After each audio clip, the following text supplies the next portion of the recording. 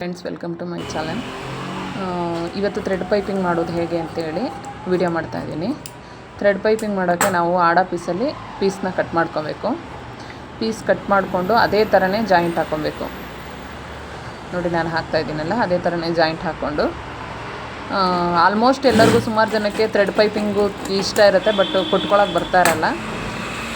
ಈ ಥರ ಮಾಡಿಕೊಂಡ್ರೆ ನಮಗೆ ತುಂಬ ಈಸಿ ಆಗುತ್ತೆ ಮತ್ತು ತುಂಬ ಈಸಿ ಕೂಡ. ಅದು ನಾವು ಅಂದ್ಕೊಂಡಷ್ಟು ಕಷ್ಟ ಇರಲ್ಲ. ಥ್ರೆಡ್ ಪೈಪಿಂಗ್ ಈಸಿಯಾಗಿ ಬರುತ್ತೆ. ನಾವೇ ಸ್ವಲ್ಪ ಇದು ಯಾವ ಥರ ಬರುತ್ತೋ ಇಲ್ವೋ, ಹೇಗೆ ಏನು ಅನ್ನೋದು ಸ್ವಲ್ಪ ಗಾಬರಿ ಮಾಡ್ಕೊಂಡ್ಬಿಡ್ತೀವಿ. ಥ್ರೆಡ್ ಪೈಪಿಂಗ್ ಅಂದರೆ ಟೈಲರಿಂಗ್ ಮಾಡ್ತಿದ್ದೀನಿ ಅಂತಂದರೆ ಥ್ರೆಡ್ ಪೈಪಿಂಗ್ ಕೊಡೋದು ಎಲ್ಲ ಕಲೀಲೇಬೇಕಾಗಿರುತ್ತೆ, ನೆಸೆಸಿಟಿ. ಏಕೆಂದರೆ ಸುಮಾರು ಜನ ಕೇಳ್ತಾರೆ, ಥ್ರೆಡ್ ಪೈಪಿಂಗ್ ಕೊಟ್ಬಿಡಿ ಅಕ್ಕ, ನನಗೆ ಪೈಪಿಂಗ್ ಸಣ್ಣ ಬರಬೇಕು ಅಂಥೇಳಿ.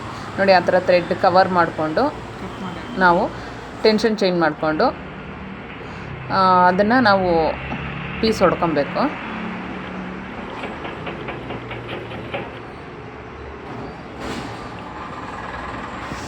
ಆ ಥರ ಸಣ್ಣಕ್ಕೆ ಹೊಲ್ಕೊಬೇಕಾಗುತ್ತೆ ನೀಟಾಗಿ. ಅದು ಕೂರುತ್ತೆ ನೀಟಾಗಿ, ಈಸಿನೇ ಅದು. ಆಡ ಪೀಸ್ ಆಗಿರೋದ್ರಿಂದ ನಾವು ಡಿಸೈನ್ಸ್ ಎಲ್ಲ ತಿರುಗ್ಸೋಕ್ಕೆ ಈಸಿ ಆಗಿಬಿಡುತ್ತೆ ನಮಗೆ. ಡಿಸೈನ್ಸಿಗೆಲ್ಲ ಕುತ್ಕೊಳ್ಳುತ್ತೆ ಆರಾಮ್ಸೆ.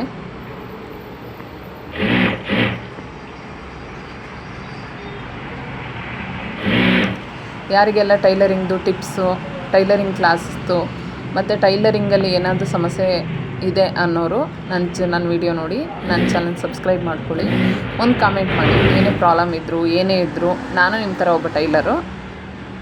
ಕಾಮೆಂಟ್ ಮಾಡಿ, ನನ್ನ ಕೈಲಾದದ್ದು ನನಗೆ ತಿಳಿದಿರೋ ಮಟ್ಟಿಗೆ ನಾನು ನಿಮಗೆ ಹೇಳೋ ಪ್ರಯತ್ನ ಮಾಡ್ತೀನಿ.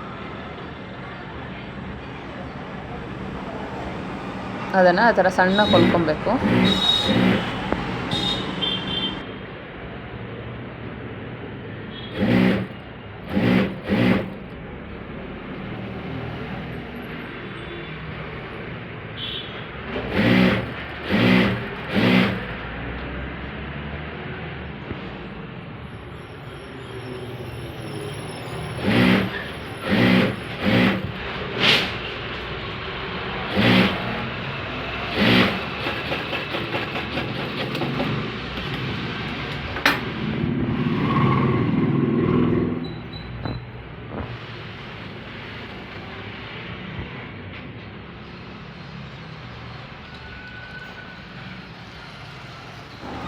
ರೆಡಿಯಾಗಿರೋ ಪೀಸ್ನ ನಾನು ಬ್ಯಾಕಿಗೆ ಮೊದಲು ತೋರಿಸ್ತಾ ಇದ್ದೀನಿ. ನಿಮಗೆ ಬ್ಯಾಕಿಗೆ ಯಾವ ಥರ ಮಾಡ್ಕೊಳ್ಳೋದು ಅಂತೇಳಿ ತೋರಿಸ್ತಾ ಇದ್ದೀನಿ. ನಿಮಗೆ ಫ್ರಂಟಿಗೂ ಬೇಕು ಇಲ್ಲ ಸ್ಲೀವ್ಸಿಗೆಲ್ಲ ಬೇಕು ಅನ್ನೋದಾದರೆ ನೀವು ನನಗೆ ಕಾಮೆಂಟ್ ಮಾಡಿ.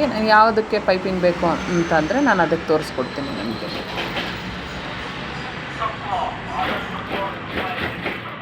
ನಾವು ಲೈನಿಂಗ್ ಮೇಲೆ ಅದು ಹಾಕ್ಕೊಂಡಿರ್ತೀವಲ್ಲ, 1 ಇಂಚ್ ಮಾರ್ಜಿನ್ ಹಾಕ್ಕೊಂಡಿರ್ತೀವಲ್ಲ ಗೆರೆ, ಅದ್ರ ಮೇಲೆ ನಾವು ಪೈಪಿಂಗಿದು ಮೇಲ್ಗಡೆಗೆ ಹೋಗಬೇಕು ಅಂತ. ಅಂದರೆ ಅದು ನಾವು ರಿವರ್ಸ್ ಮಾಡಿದಾಗ ಅದು ನಮಗೆ ಮೇಲ್ಗಡೆಗೆ ಸಿಗಬೇಕು. ಆ ಥರ ನಾವು ಅಟ್ಯಾಚ್ ಮಾಡ್ಕೋಬೇಕು.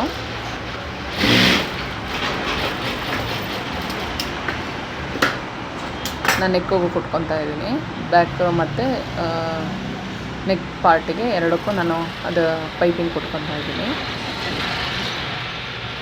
ಆ ಶೇಪ್ ಏನು ಬರುತ್ತೆ ಆ ಶೇಪಿಗೆ ನಾವು ಹಾಗೆ ತಿರುಗಿಸ್ಕೊಬೇಕು. ಈ ಥರನೂ ಕೊಡ್ಬೋದು. ಮತ್ತು ನೀವು ಡೌನು ಬ್ಯಾಕು ಕವರ್ನಿಗೆ ಕೊಟ್ಬಿಟ್ಟು ಕೆಳಗಡೆ ನಾನು ಓಪನ್ ಕೊಡಬೇಕು ಅಂತಂದರು ಆ ಥರನೂ ಕೊಡ್ಬೋದು. ಅದಕ್ಕೂ ಪೈಪಿಂಗ್ ಕೊಡ್ಬೋದು, ಚೆನ್ನಾಗಿ ಬರುತ್ತೆ. ಕಸ್ಟಮರ್ ನನಗೆ ಈ ಥರ ಮಾಮೂಲಿ ಕವರ್ ನೆಕ್ ಮಾಡಿಕೊಡಿ ಅಂತ ಕೇಳಿದರು. ಹಾಗಾಗಿ ಅವ್ರ ಸೀರೆ ಬಂದು ಆರೆಂಜ್ ಕಲರ್ ಇದೆ, ಬ್ರೌನ್ ಕಲರು ಬ್ಲೌಸು, ಕಾಂಬಿನೇಷನ್ ಸಖತ್ತಾಗಿತ್ತು ಅದು. ಅದಕ್ಕೋಸ್ಕರ ಅದು ಎದ್ದು ಕಾಣುತ್ತೆ ಅಂತ ಹೇಳಿ ಆ ಕಲರಲ್ಲೇ ಸೀರೆ ಕಲರಲ್ಲಿ ಕೊಡ್ತಾಯಿದ್ದೀನಿ.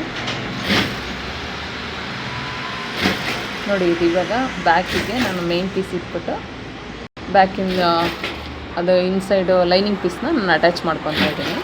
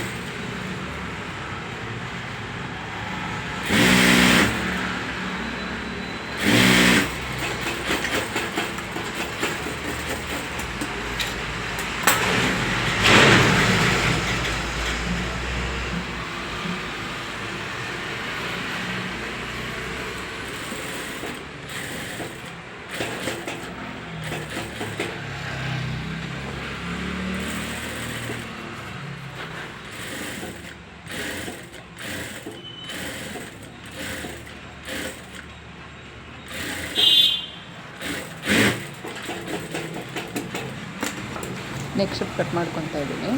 ನೆಕ್ ಶೇಪ್ ಕಟ್ ಮಾಡಿಕೊಂಡು ಸಣ್ಣದಾಗಿ ನಾವು ನ್ಯಾಚ್ ಹೊಡ್ಕೋಬೇಕು. ಏಕೆಂದರೆ ಇದು ರೌಂಡ್ ಶೇಪ್ ಇರೋದ್ರಿಂದ ಕೆಳಗಡೆ ಏನು ಬೇಕಾಗಲ್ಲ, ಮೇಲ್ಗಡೆಗೆ ನಾವು ಸಣ್ಣದಾಗಿ ಸ್ವಲ್ಪ ಸ್ವಲ್ಪ ನ್ಯಾಚ್ ಹೊಡ್ಕೊಂಡು ಅದು ಟರ್ನ್ ಆಗಲಿಕ್ಕೆ ಸ್ವಲ್ಪ ನ್ಯಾಚ್ ಹೊಡಿಬೇಕಾಗುತ್ತೆ ಶೇಪ್ ಕೂರ್ಲಿಕ್ಕೋಸ್ಕರ.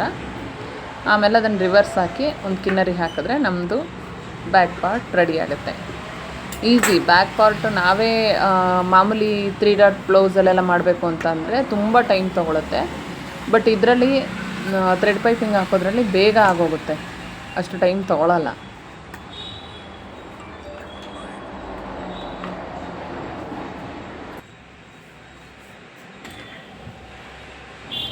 ಆ ಶೇಪ್ ಏನಿದೆ ಅದೇ ಶೇಪಲ್ಲೇ ನಾವು ಕಿನ್ನರಿ ಹಾಕೋಣ, ರೌಂಡ್ ಶೇಪಲ್ಲಿ. ಇದು ಬೋಟ್ ನೆಕ್ ಟೈಪ್ ಆಗಿರೋದ್ರಿಂದ ರೌಂಡು ಬ್ಯಾಕ್ ಮೇಲ್ಗಡೆ ಸ್ವಲ್ಪ ಕವರಾಗಿ ಬರುತ್ತೆ, ಸ್ವಲ್ಪ ದೊಡ್ಡದಾಗೂ ಕಾಣಿಸುತ್ತೆ, ಚೆನ್ನಾಗೂ ಕಾಣಿಸುತ್ತೆ ಅದು ರೆಡಿ ಆದಮೇಲೆ.